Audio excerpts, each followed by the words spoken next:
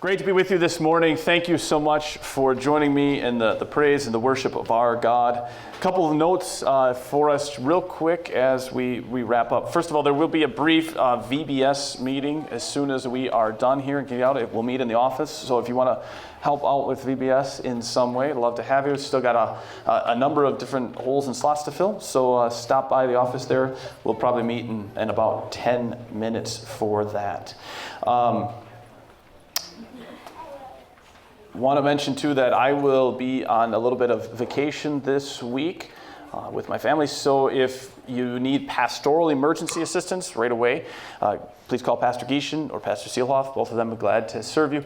If you need just some question about business things at church, one of the elders, probably Tom for most of the week, is going to be fielding calls. So if you call church, it'll go to him and you'll get an answer. And if he can't answer, he will record a message and get it back to me. Let's take a moment. We're going to wrap up here and do our last Bible study on the mission. So if you turn the page after there, we sang the last verse of the hymn there. And in fact, if you turn the page with the hymn, you're already on the page.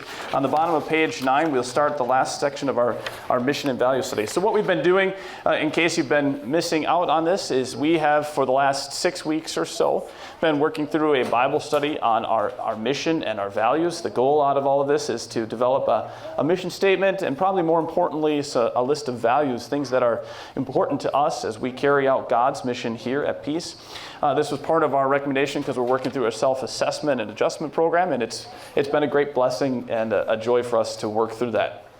This is the end part of the study of the missions. And so the last thing we get to do is try to formulate a mission statement. And we need your help. We need to do this together. We need everybody's thoughts and input.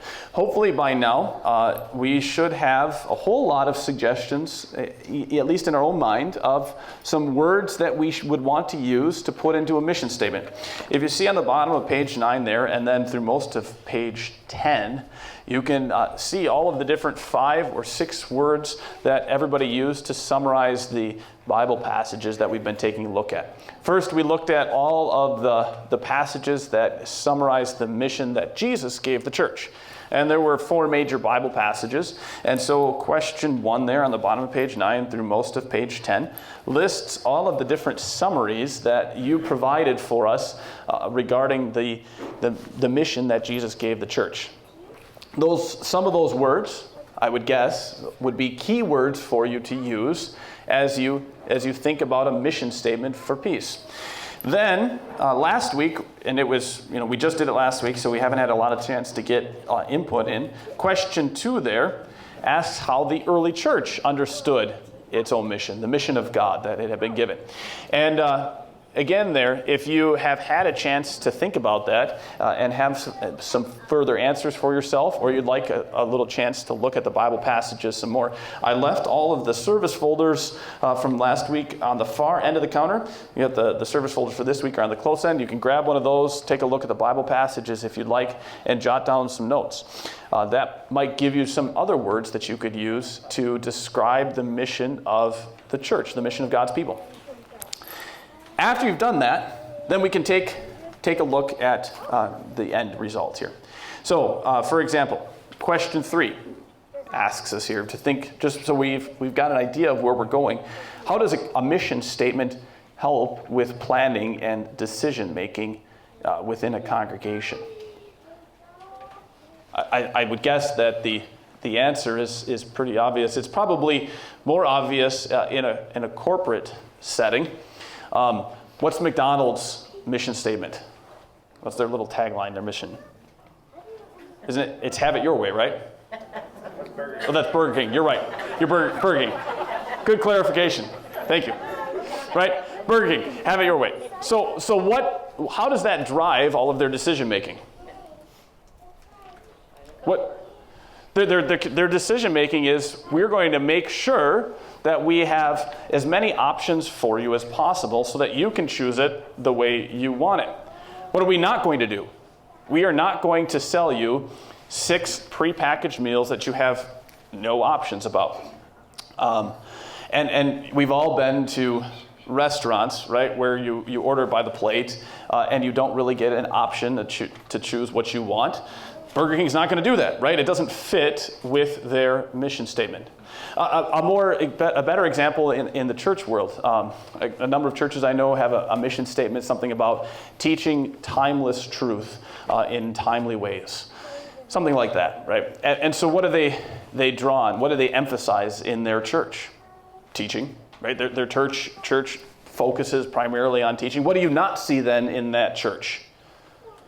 You don't see a lot of service projects, right? Not that they're against service projects. They know that they need to be done. They know that churches need to be doing those, but it doesn't fit their focus as a church. Their focus as a church is to focus on teaching, and so they don't do a whole lot of service projects. The more you get that focus, the more you know what you're doing and why you're doing it. You could probably come up with some other examples of how a mission statement helps with planning and decision making within a congregation. Some congregations, right, they have a mission statement, something like know Christ and make him known. Well, what are they not going to talk about then a ton at their church?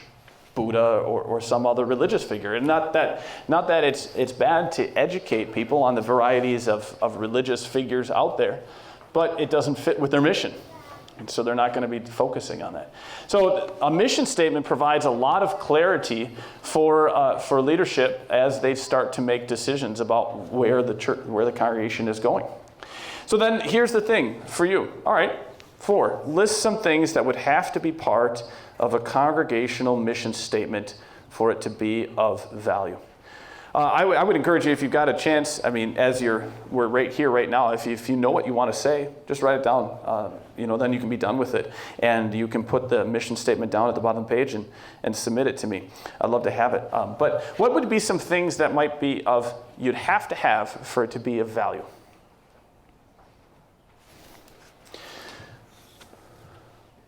For example, I think you probably have to have a verb in it. I know that sounds silly, right? But God is action-oriented.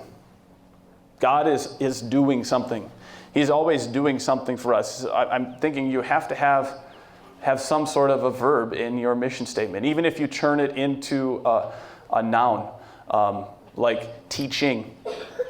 You can take teach and as a verb and put it into a noun form and say teaching. I think you've got to have that. You've got to have some reference, don't you, to either God's word or the gospel or God himself, one of the three. How about Jesus? Does some reference to Jesus have to be in your mission statement? That's something you got to chew on, right? Maybe write Jesus and put a question mark down there yourself. And see, do we have to have a mission statement that has some reference to Jesus in it?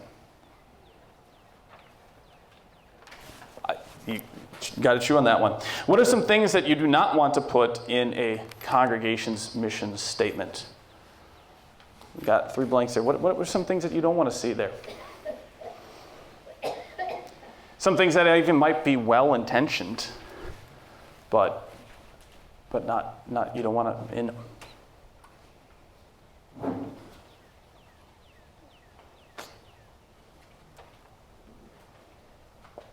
One thing you don't want to do, for sure, is put some tangible mark on what success looks like. A mission statement's only useful if it tells you which way to go, right? Like teaching timeless truth in a timely way. Otherwise, if it doesn't tell you which way to go, it's not useful. But if it's too precise in telling you exactly what you're supposed to accomplish, that doesn't help either. Like if it says teaching timeless truth to 10,000, well then, when you hit 10,000, are you done? Now that's a silly, easy example. Obviously, you're not going to put 10,000 in there. But I think we've all seen various slogans and statements from organizations that are too precise in defining what success looks like, and it doesn't encompass actually the work of the organization. What are some other things that you wouldn't want to put in there? Can I be maybe slightly controversial here? Don't put negative things in your mission statement, right? we're better than everybody else. Obviously, you're not going to have a mission statement like that. But if you say, proclaiming the gospel better than the rest, and now your whole mission is about putting other people and other groups down. Why would you want to do that? I understand what you're trying to say, right? You're trying to say we want to be as clear as we can. But I don't think we want to have a mission statement that insinuates some sort of negative statement over against other groups and organizations. Got any other thoughts? What things you would not want to put in a congregation mission statement? About money.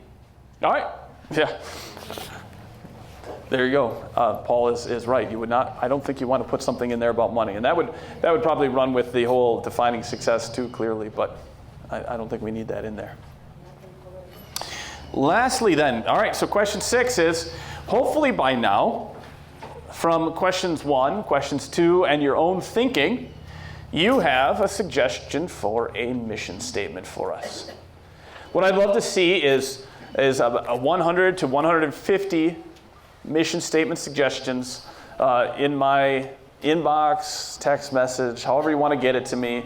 Fill out this service folder if you want it to be anonymous by next Sunday.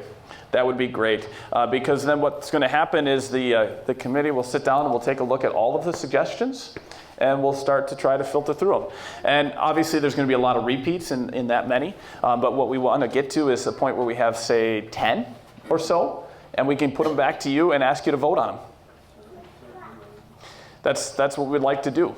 So the more we start with, the more likely we are to get a good one. Love to hear what you have to say. If you want to sit down with me and talk about how we could go about forming one, if you want some assistance, I'd love to sit down and do that with you. I think that'd be a great joy. Thank you very much for joining me in this little study of God's mission. Again, feel free to fill that out, and I'd love to hear back from you. God bless you this week. If you want to help out with VBS, we'll be meeting here in 5 minutes inside. Thanks. Have a great day.